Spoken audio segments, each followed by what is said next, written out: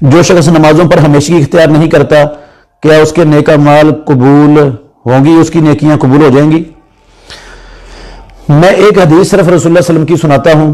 پیارے پیغمبر نے فرمایا من لم یحافظ علیہا، جس بندے نے دن رات میں 5 نمازوں پر محافظت نہ کی، یہ رسول اللہ کے لفظ ہیں، مسند امام احمد میں صحیح سند کے ساتھ موجود ہیں۔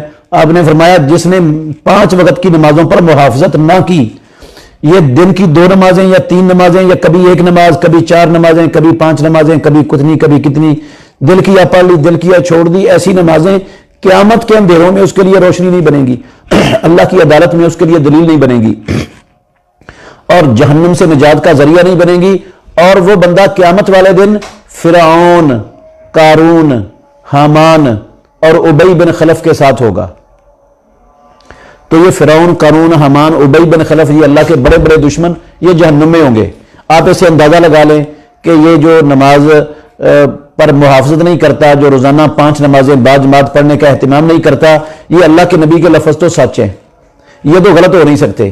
وہ ان کے ساتھ ہوگا اور وہ جہنم میں ہوں گے تو یہ بھی جہنم میں ہوگا۔ اس کا مطلب ہے اس کی جو 1-2 نمازیں ہیں نا دن کی، وہ اس کے لیے فائدہ نہیں دیں۔